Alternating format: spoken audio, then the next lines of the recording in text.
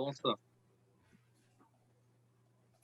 Evening, y'all. How's it going? Welcome to another Lockdown Live chat, another doom-laden edition of our Lockdown Live chats.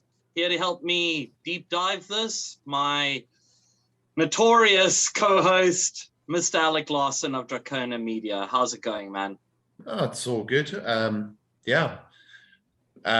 We're talking Doom this month, as everyone knows, and Doom is quite a lengthy topic of discussion, just like the songs. So I think without further ado, let's get into the sort of discussion. Yeah, meat and potatoes aside, today we're joined with two faces that the Cape Town Massive would know. Today we're joined with Ashes at My Grave, but most of you guys here in the Western Cape would know them as the League of Doom. Today we're joined with Malcolm and Justin, aka Biggy, of the League of Doom. Welcome, guys. Thanks for joining us. How's it, guys? Nice to be here. Nice.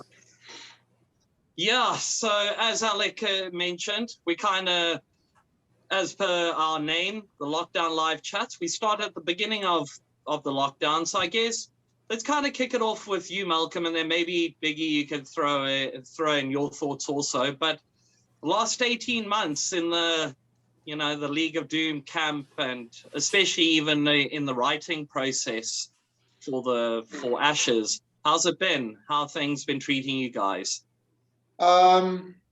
It's been shit. First of all, Ashes at My Grave, for whatever reason, disappeared, and from its, ashes rose another band called Orphan Project, which is the band that Biggy and I are currently involved in and have been for quite a few years. And we put a hell of a lot of work into it and had gigs booked left, right, and center for 2020, and that all just flew out the window, along with other things like the Catatonia tribute that we were kind of involved with, and a couple more of our sludge doom shows that we had booked, bringing down guys like Mad Garden, Rough Magic, and including bands like Mart and Psychasm and whatnot. And so we lost everything we'd worked for. And so what we did when we were allowed to congregate was just work on more Orphan Passage material.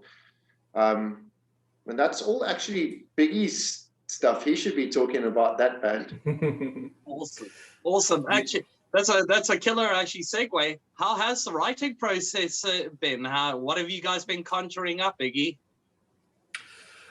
Well, the Orphan Passage is a project that's a long time coming.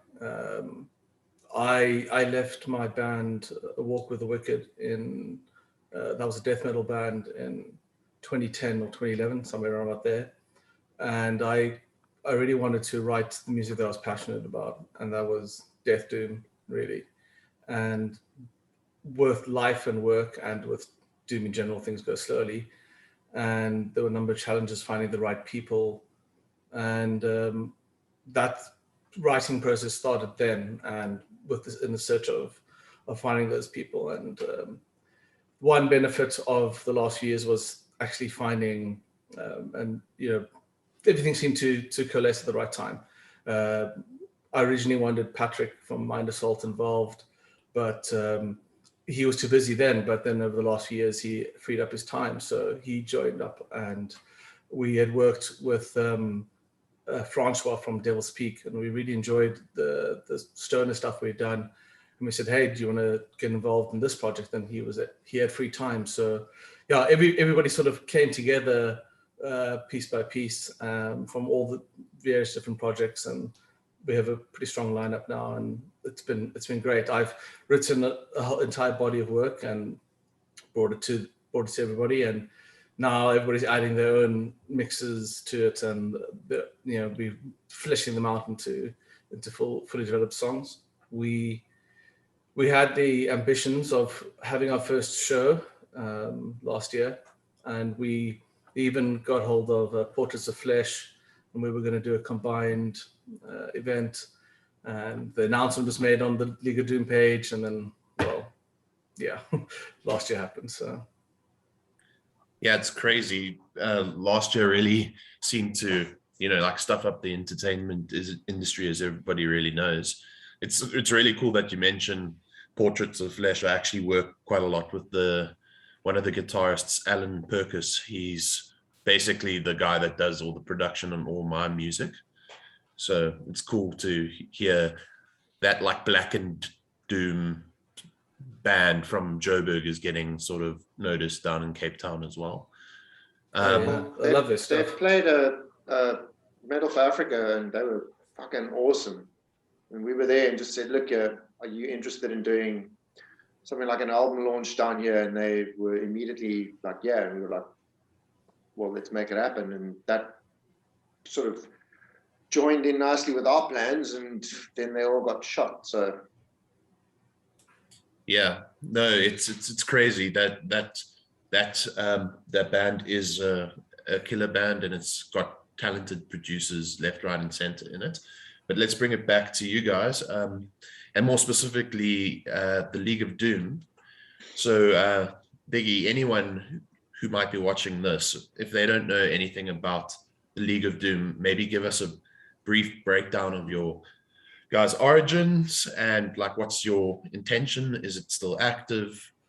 Sure. So going back quite a few years, when I started being active in the scene in the early 2000s, Doom was dead. There were very few people that knew or cared about the genre.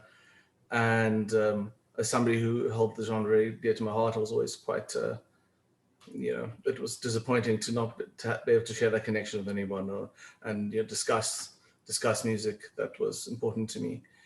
And there was no platform for Doom bands. The reception generally was, you're too heavy for the goth culture, and you're too soft or too light or too slow for the metal culture. That's sort of the attitude that seemed to permeate at the time. And what I decided was, well, let's change that. And so I came up with the idea of the League of Doom. I think that was, Malcolm, that was 2011, 2012, around about there. And I got together with everybody that knew that it's like-minded, and had a meeting that included Malcolm, Heike who now sings in Draconian. Patrick was there. Patrick, a number of us, and we said, let's make a vehicle whereby we can bring the bastard child of the metal scene to light and give exposure to it. And show people that there's something to find here. And with that, we thought the best way to do it was to showcase everything that this insanely huge and broad genre of Doom has. So we got together with, I think it was 14 musicians in our first show, which we decided to do a cover event. And we played everything from funeral Doom to stoner Doom to traditional Doom, to Death Doom, everything. And we wanted to show everybody a little bit. And I went with the objective that if there's one or two people in the crowd out of everybody that's there that really hears what we've got to offer and says that's my music, and that's job done for me. That was always the goal. And it was met with great success. And we hosted another one, and we started to do events where we had just DJs playing different genres. We had themed nights, we had DVD screenings, we had braais and get-togethers, and all sorts of wonderful things, all centered around the genre and growing. And with that, we found a lot of bands creeping out of the woodwork over the years as Doom became more and more popular and was entering the zeitgeist more, that we found ourselves in a position that we could host events, showcase bands, local bands and bands from around the country, and say, people, here's Doom, enjoy it. And I think, we were lucky in that sense that the timing was right, that how everything worked out, and the popularity of Doom is, everybody knows it now, so in that sense it's job done. But there's still a lot more to do. There's music never ends, and there's always a story to tell. 100%. Well, yeah, I was actually just thinking while we're talking about music, because now the whole Orphan Project, this kind of like has me like wondering, because obviously, Malcolm, and I'll direct this question to you, you've obviously been involved in a multiple number of genres. You're still involved in a number of bands even today. A lot of different sounds that you've brought to the table in terms of distortion and all of that. So in terms of this being the brainchild of Biggy,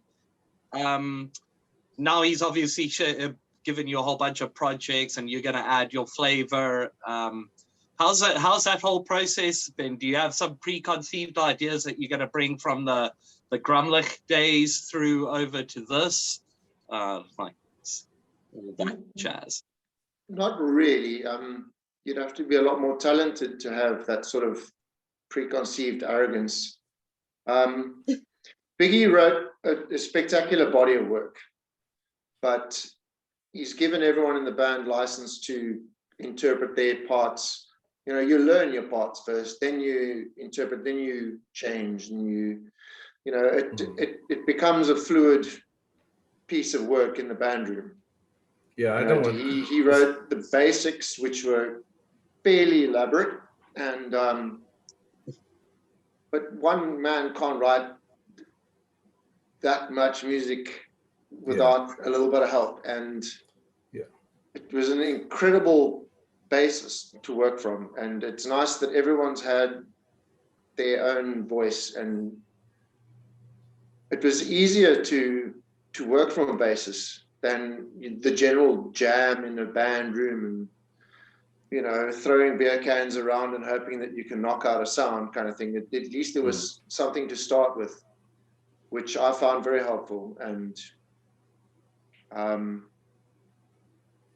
that in turn allowed me to, it's easier to interpret a piece of music that already exists and sort of tweak a melody than to come up with something original and spontaneous on the spot. And I thought that was pretty helpful and collaborative. And we're very happy with the results so far. And we just fucking wish that we could have put it out already. 100%. Yeah, I don't see this at all as my thing. This is definitely our thing. I have no interest in doing something by myself.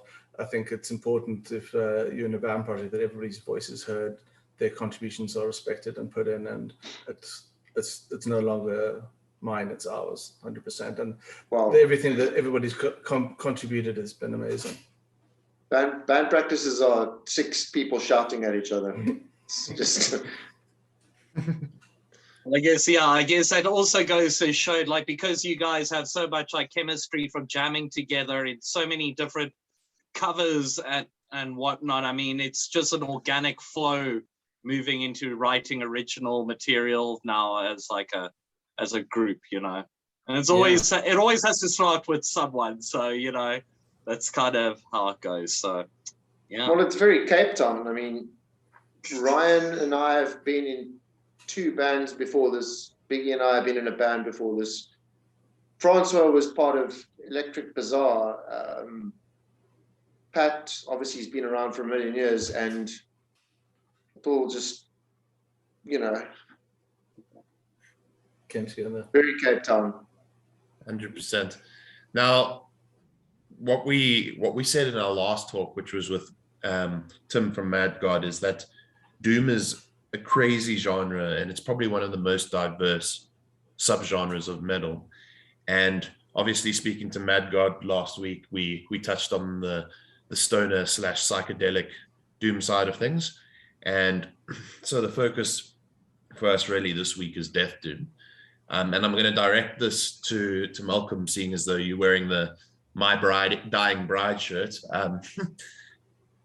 obviously you guys did a cover show of My Dying Bride, but Yeah. there are also lots of bands in that subgenre of doom metal. So if someone was approaching the doom genre, what would you sort of suggest as like their quintessential bands to sort of get into doom, or specifically death doom? As an entry point, I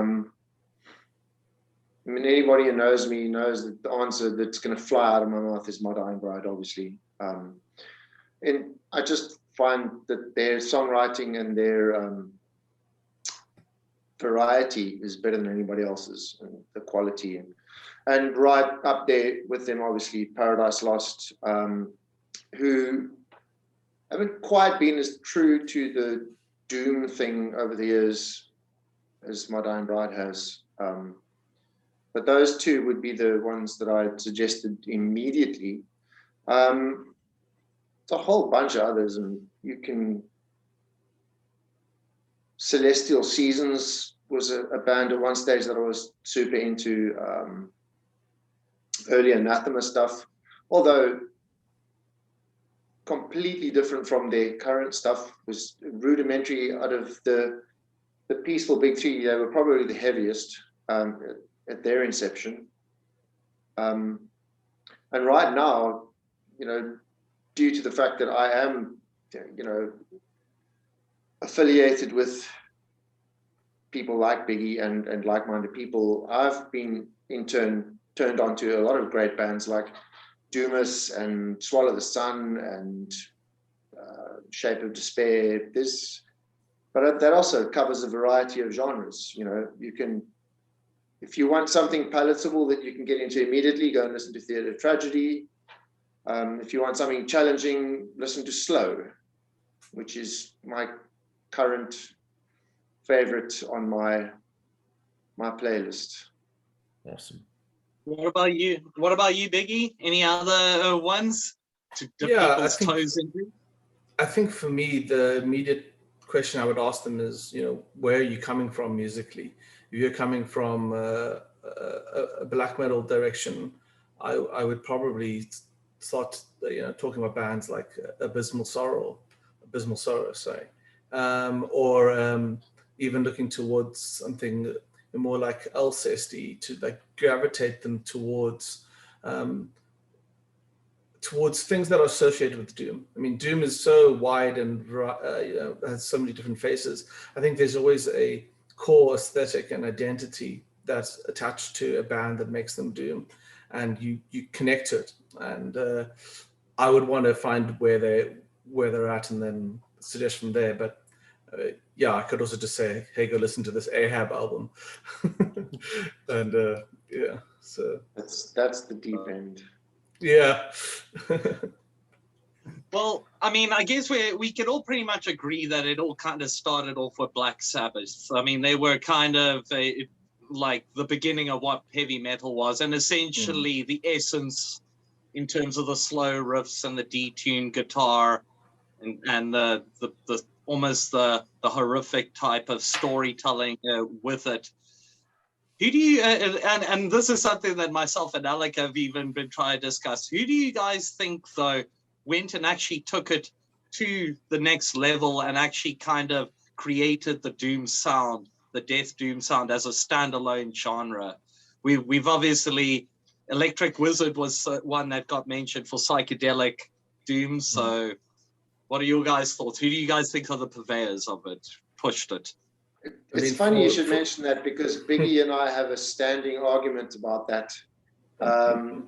Biggy's all Candlemass, and because it's, and I can see where it comes from, and I'm much more from the early 90s death metal side. You know, I was into am into band like Morbid Angel and stuff like that, and even Morbid Angel had a couple of like slow, sort of sludgy numbers, and that kind of resonated a little bit more with me than the more sonorous vocal of something like Candlemass.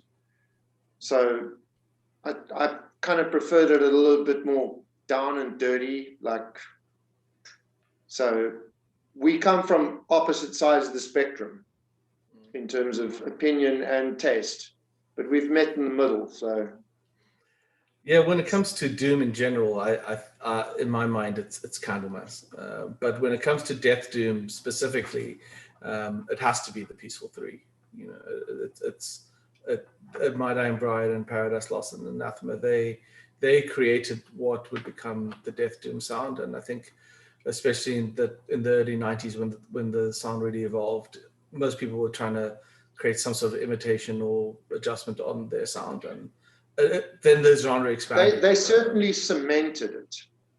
They created a product that was such good quality to listen to. But there were one or two bands, like there's a band called Sorrow.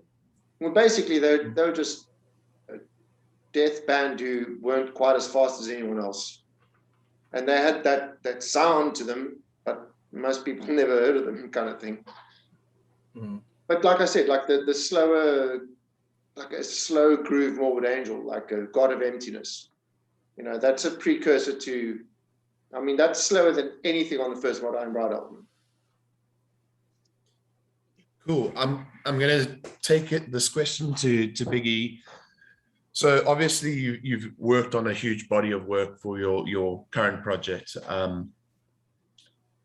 I wanted to sort of unpack the almost creative process / how you present your music to the rest of the band, because I also come from a background of playing in bands where the music is really structured before going into the band room, and you know, not really a jam sesh, but more like, in my case, I've often referred to like Guitar Pro tabs, and there's like a structure laid out, and then once I've learned the structure, I can go and improvise over that. Is that sort of your process? Have you created stuff in something like Guitar Pro, or have you tracked it out, or how have you? Well, I mean, this lineup has changed considerably over the years. We've at one stage we had members from Wilderness King and Sleepers and all sorts of different people in it, and it didn't work out for various reasons. However, with this current lineup, it was super easy, and everything worked, just fitted like a glove. And I think that was because everyone got it. Everybody understood what the imagery, the feeling, the emotions, the soul of the music is. So that's always the most difficult thing for me when it comes to a band room, is getting people on the same wavelength and trying to understand what it is you're trying to say, and what they must in turn contribute to the music. So that was half the journey and effort done already, which was really good. And what I do is I generally work in Guitar Pro. I find it so much easier to tab out and to write my music in there, especially when we're talking about there's 7 of us in this band, and there's a lot that's going on. So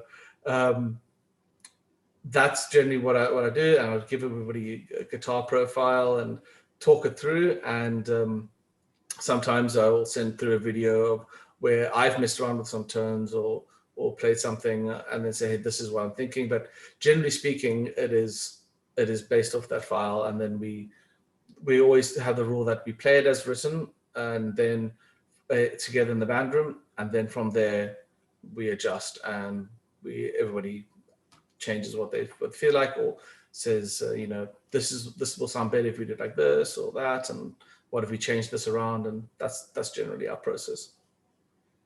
Cool. No, that's awesome.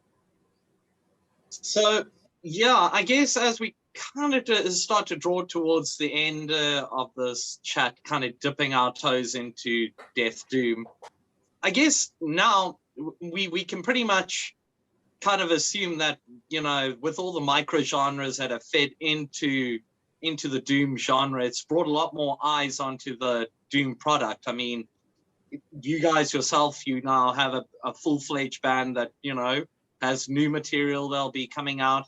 We have the likes of Mad God, Age of Indica, up in Johannesburg, Portraits of Flesh, as you guys mentioned, MAP, which was another one, or MAP, however they wanted to pronounce them.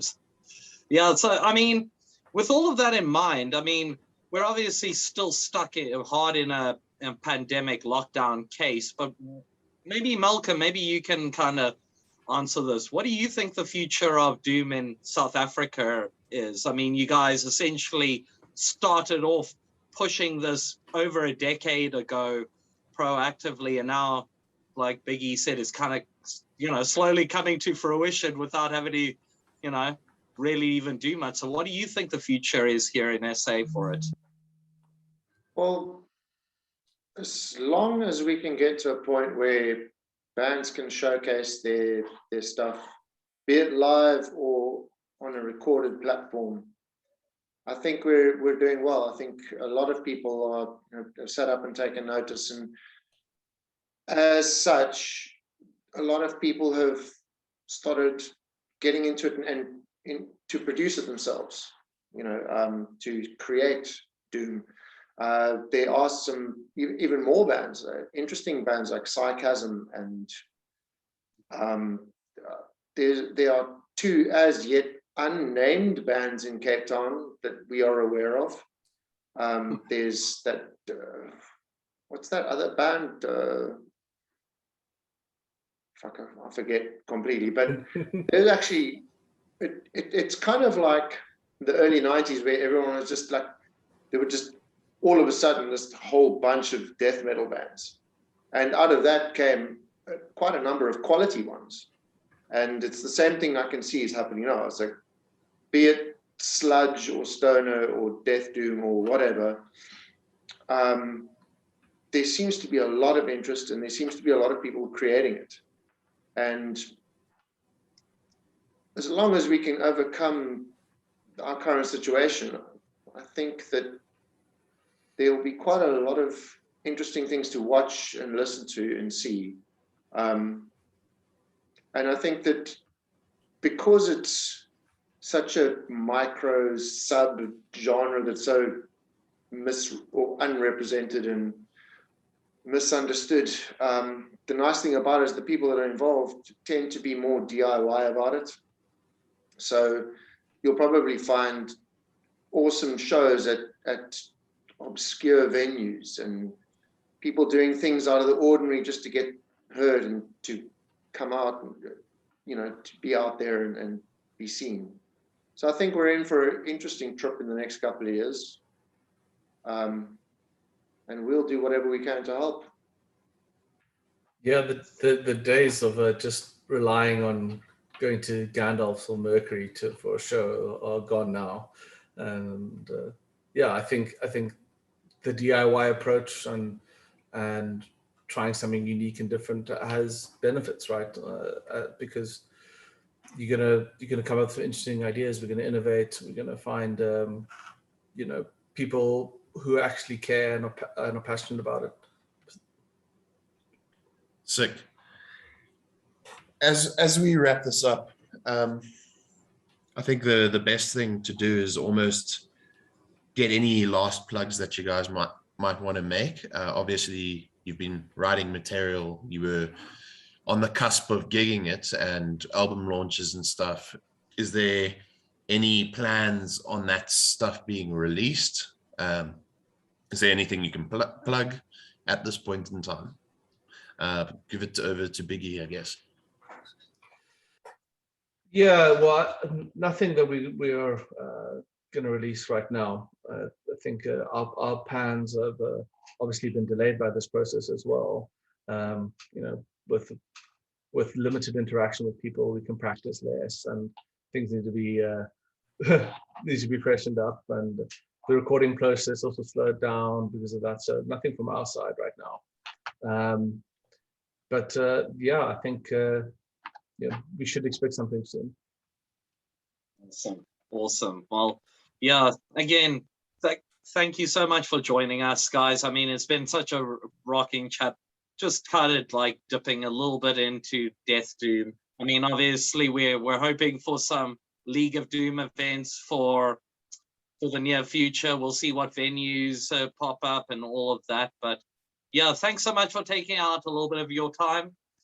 We'll be watching the socials with bated eyes, and you know, you guys just keep coming up with this stuff and we will keep on listening. So yeah, thanks Awesome, again, man. guys. Thank you very much for having us. Cheers. Yeah, really appreciate it. Well, Alec, what do you say? Are we done for another week? What's up? I think so.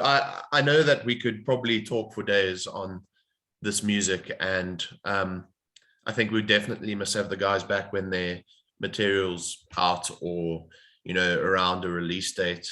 Maybe have some more of the guys on and have a bigger session. Yeah, You know, whatever. Malcolm could talk for 5 hours about his about Grumlich, his original Doom band. The good old days. Yeah. Now that's DIY. I'll tell you. Well, When we Doom will was definitely big. we will definitely have you guys back to do a little bit of a nostalgia retrospective again. But yeah, that's it for another week, guys. Hope you guys Cool, have thank an you. awesome week ahead. Stay man. safe, keep that social distancing, all of that, especially here in South Africa. You guys know why. We'll see you guys same time, same place on the interweb. Take it easy, guys. Laters. Cheers. Cheers.